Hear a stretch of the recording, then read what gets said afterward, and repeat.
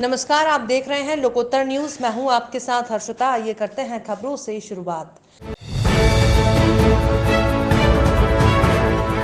चिकित्सा शिक्षा मंत्री विश्वास सारंग ने गुरुवार को संवाददाताओं से चर्चा के दौरान बताया कि ग्रामीण क्षेत्र में किल कोरोना अभियान चल रहा है। प्रत्येक घर में जाकर देख रहे हैं कि कोई कोरोना के लक्षण वाले व्यक्ति तो नहीं है। अगर कोई लक्षण होता है तो उनका टेस्ट किया जा रहा है। पॉजिटिव आने के बाद उनका इलाज किया जा रहा है। क्वारंटीन सेंटर में मरीजों को रखा जा रहा है। स्टडी ये कहती है कि मेडिकल किट बांटना सही निर्णय रहा है। सागर ने बताया कि मुख्यमंत्री ने गरीब बच्चों के लिए योजना शुरू की। मुख्यमंत्री की सोच है कि समाज में वो तबका जो आर्थिक रूप से कमजोर है, इस घर में किसी तरह की कोई दिक्कत ना आए। 5 महीने का राशन ऐसे परिवारों को दिया। स्ट्रीट वेंडर्स को पैसा दिया गया। किसानों को राहत दी गई। समाज के हर वर्ग को सरकार ने आर्थिक लाभ देने की कोशिश की है। उन्होंने बताया कि ब्लैक फंगल इन्फेक्शन को रोकने के लिए उच्च स्तरीय बैठक की गई है। अमेरिका से भी डॉक्टर जुड़े थे।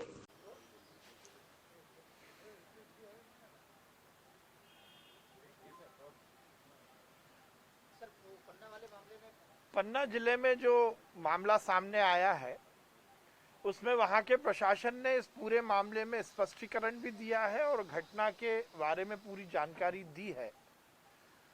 प्रशासन के अनुसार एक तो जो मृतक जो पार्थिव शरीर मिलने की संख्या है उसमें उन्होंने स्पष्ट किया है कि वो 2 ही पार्थिव शरीर मिले थे और वहां के कुछ गांवों में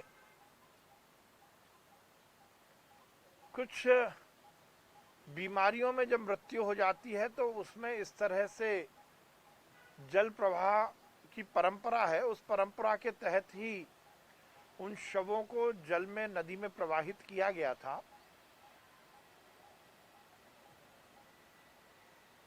पूरे मामले की कलेक्टर और एसपी ने स्वयं ने जाकर जांच की है। वो परिवार भी आइडेंटिफाई हुए हैं। वहाँ गांव के सरपंच के साथ मिलकर पूरी वस्तुस्थिति की जानकारी ली गई है। दोनों जो व्यक्ति थे वो बीमारी से ग्रसित थे। कोरोना होना या कोरोना के ना कोई प्रमाण थे, बल्कि उस जिन गांव के ये मृतक व्यक्ति हैं उसके आसपास किसी भी गांव में कोई संक्रमण नहीं है कोरोना का। ये केवल और केवल उनका पारंपरिक जो उनकी परिपाटी है उस हिसाब से उन्होंने पार्थिव शरीर को जल में प्रवाहित किया था। दतिया जिले की जनपद पंचायत दतिया ने कोरोना काल में स्वयं की शादी स्थगित करने वाले जोड़े पर वधु को जनपद गौरव से सम्मानित किया जाएगा। सीईओ दुबे ने कहा कि कोरोना संक्रमण काल में शादी विवाह जैसे भीड़भाड़ वाले आयोजन समाज के व्यापक हित में रद्द करें ताकि कोरोना की चेन को तोड़ा जा सके। संक्रमण कम होने पर धूमधाम से आयोजन करें। दतिया के ग्रामीण क्षेत्रों में कोरोना संक्रमण रोकने के लिए सीईओ गिरिराज दुबे द्वारा लगातार जागरूकता कार्यक्रम कलेक्टर संजय कुमार के निर्देश पर चलाए जा रहे हैं। ग्राम झड़िया में सीईओ गिरिराज दुबे की अपील पर सुरेंद्र अहिरवार ने अपनी शादी टाल दी। सुरेंद्र की आज गुरुवार 13 मई की शादी थी। दूल्हे सुरेंद्र ने भी उन सभी लोगों से शादी टालने की अपील की है जिनकी हाल ही में शादियां हैं। भ्रमण के दौरान कोरोना को रोकने की जो जागरूकता गतिविधियां कर रहे हैं उस दौरान हम झड़िया गांव में हैं। ये हमारे अहिरवार समाज के घर है, इनके घर में शादी थी। तो हम अभी यही चर्चा कर रहे थे कि महामारी को देखते हुए हमारे साथ में सुरेंद्र अहिरवार ये दूल्हे हैं जिनकी शादी होने वाली थी, लेकिन जब हमने इनसे बात की तो ये राजी हो गए और अब इस मैसेज के माध्यम से जिन दूल्हों की शादी हो रही है उनको ये संदेश देना चाह रहे हैं कि शादी आप टाल दीजिए। आप सुरेंद्र की जो बातें सुनी है कि वो लोगों को झाबुआ जिले के थांदला सिविल अस्पताल पहुंचे झाबुआ जिला स्वास्थ्य अधिकारी डॉक्टर जेपीएस ठाकुर, जहां उन्होंने वर्तमान कोरोना कोविड-19 में अस्पताल में चल रही स्वास्थ्य सुविधाओं की जानकारी ली। समाज सेवी और जनप्रतिनिधियों के सहयोग से अभी अस्पताल परिसर में ऑक्सीजन मशीन लगाई गई है।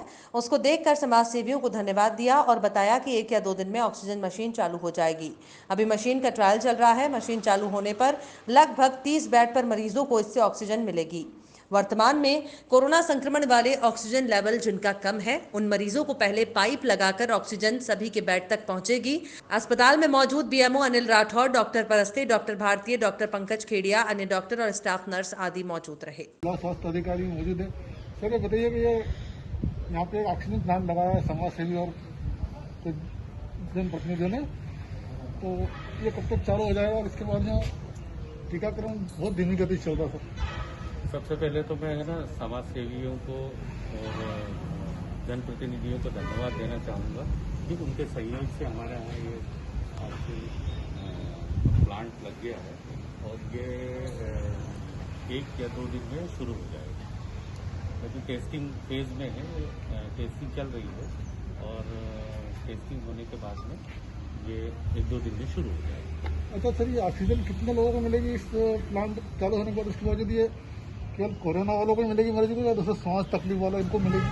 अभी चूंकि ये केवल कोरोना का ये चल रहा है तो इसमें कोरोना वालों को हम सेंट्रल ऑक्सीजन लाइन डाली है और उसी के थ्रू हम कोरोना वालों को देंगे और ये जब पीरियड निकल जाएगा तो सभी के लिए इसका उपयोग होगा। गंभीर मरीज को आएगा सांस की तकलीफ? हाँ, गंभीर मरीजों के लिए हमारे पास में दूसरे भी साधन हैं, है ना। ऑक्सीजन सिलेंडर से भी हम दे सकते हैं उनको। और बाकी जब ये कोरोना वाला पीरियड निकल जाएगा उसके बाद में हम सभी मरीजों को हम ऑक्सीजन। यहाँ पे कितना बेड मौजूद है सर वर्तमान? दमोह के पूर्व विधायक प्रताप सिंह लोधी और मनु मिश्रा जिला कांग्रेस कमेटी के नेतृत्व में ज्ञापन जबेरा विधानसभा और जिले की समस्याओं को लेकर गुरुवार को कलेक्टर एस कृष्णा चैतन्य को एक ज्ञापन सौंपते हुए मांग की है, जो किल कोरोना अभियान चलाया जा रहा है। लेकिन जबेरा विधानसभा क्षेत्र में अभियान में लगाए गए कर्मचारी कागजी खाना पूर्ति करते हुए कार्य कर रहे हैं, इसलिए इस महामारी के खिलाफ सफलता नहीं मिल रही है और लोग बीमारी का शिकार होते चले जा रहे हैं। इसलिए अभियान में लगे कर्मचारी पर निगरानी रखते हुए कड़ाई से कार्य करवाया जाए। उप स्वास्थ्य केंद्रों में चिकित्सक सुविधा के अभाव में समय पर उपचार नहीं मिलने की वजह से विधानसभा क्षेत्र के लोग इस महामारी के शिकार होते चले जा रहे हैं। इसलिए पंचायत स्तर पर सप्ताह में 2 दिन फीवर क्लिनिक का संचालन कराए जाने और प्राथमिक उपचार की दवाइयां उपलब्ध करवाई जाएं, जिससे लोग समय पर उपचार करवाकर कोरोना से जंग जीत सकें। तेंदुखेड़ा ब्लॉक के अंतर्गत आदिवासी बहुल दूरस्थ गांव तारादेही सहित अन्य ग्रामों में चिकित्सा सुविधा और आवागमन के अभाव में लोग इलाज नहीं करवा पा रहे हैं। वर्तमान में झोलाछाप डॉक्टरों के द्वारा ग्रामीण अंचलों में उपचार करने पर प्रतिबंध लगा दिया गया है, जिसकी वजह से भी लोग समय पर अपना उपचार नहीं करवा पा रहे हैं, जिसकी वजह से वायरल फीवर सहित कोरोना महामारी से के शिकार हो रहे हैं और कोरोना महामारी से लोगों में भय व्याप्त है। शासन से मांग की गई है कि झोलाछाप डॉक्टरों को प्रशिक्षित करके किल कोरोना अभियान में उनकी मदद ली जाए। बताइए कलेक्टर आए आप लोग, क्या बात है? बस जिला कांग्रेस कमेटी के नेतृत्व में आज हम लोगों जिला प्रशासन के बीच में जिला कलेक्ट्रेट में आदरणीय जिलाधीश महोदय के सामने हम लोग कुछ बिंदुओं पर कहाँ ले जा रहे हैं जो सुझाव है हम लोगों के कांग्रेस के सुझाव हैं उन पर बात करने आए हैं। प्रथम है कि किल कोरोना जो अभियान चल रहा है वो मैंने देखा है कि पूरे ग्रामीण क्षेत्र में जब हम लोग दौरा किया है तो कहीं पर भी डोर टू डोर ना तो वहाँ आंगनबाड़ी कार्यकर्ता जा रही है और ना आशा कार्यकर्ता पहुँच रही है। ये सिर्फ कागजों पर चल रहा है। वहाँ पर अभी कोई भी जो बुखारों से या सर्दी जुकाम से पेशेंट पड़े हुए हैं गांव-गांव में, ना तो उनकी टेस्टिंग हो रही है और ना उनके लिए जो सरकार की ओर से टेस्टिंग किट, यदि मामूली सर्दी जुकाम है तो उसके लिए टेस्टिंग किट दी जाए, जिसमें कि लोगों के लिए वहीं पर।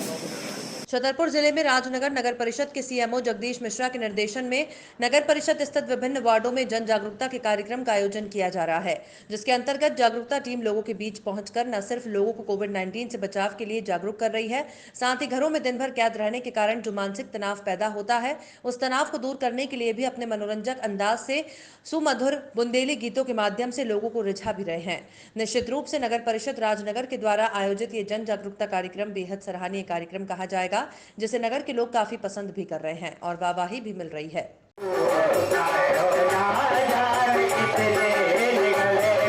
पार्टी में हमारे राजू भाई द्विवेदी जी प्रमुख कलाकार एंड पार्टी शामिल है, तो अधिक समय न लेते हुए नकली रेमडेसिविर इंजेक्शन मामले में सिटी अस्पताल के संचालक सरबजीत सिंह मोखा को गिरफ्तार करने के बाद जेल भेज दिया गया है। अस्पताल संचालक मोखा पर एनएसए की धारा भी लगाई गई है। साथ ही मोखा के अस्पताल को central government health scheme CGHS की सूची से भी बाहर कर दिया गया है। बुधवार को इस मामले में आगे जांच करने के लिए गुजरात से पुलिस की टीम जबलपुर पहुंची। गुजरात पुलिस ने दवा सप्लायर सपन जैन से पुलिस कंट्रोल रूम में गहन पूछताछ की। नकली इंजेक्शन मामले की जांच करने SIT गठित की गई है, जिसमें जिले में पदस्थ कई वरिष्ठ पुलिस अधिकारियों को शामिल किया गया है। मंगलवार को एसआईटी ने गिरफ्तार किए गए अस्पताल संचालक मोखा और सिटी अस्पताल कर्मी देवेश चौरसिया से कई घंटे सघन पूछताछ की। जांच टीम के द्वारा सिटी अस्पताल में 20 अप्रैल के बाद कितने मरीजों को इंजेक्शन का डोज दिया गया है, इसकी जांच की जा रही है। अस्पताल से जब्त किए गए दस्तावेजों के आधार पर मरीजों की लिस्टिंग की जा रही है। दस्तावेजों में सरकारी स्तर पर प्रदाय किए जाने वाले इंजेक्शन किन मरीजों को लगे, इसका तो रिकॉर्ड मिल गया है, लेकिन इंदौर से लाए गए 500 नकली इंजेक्शन में किस मरीज को कितनी डोज दी गई, इसका कोई रिकॉर्ड अभी तक नहीं मिल पाया है। जांच टीम ये भी पता लगाने का प्रयास कर रही है कि सिटी अस्पताल के अलावा कहीं शहर के अन्य अस्पतालों में भी तो नकली इंजेक्शन नहीं खपाए गए हैं।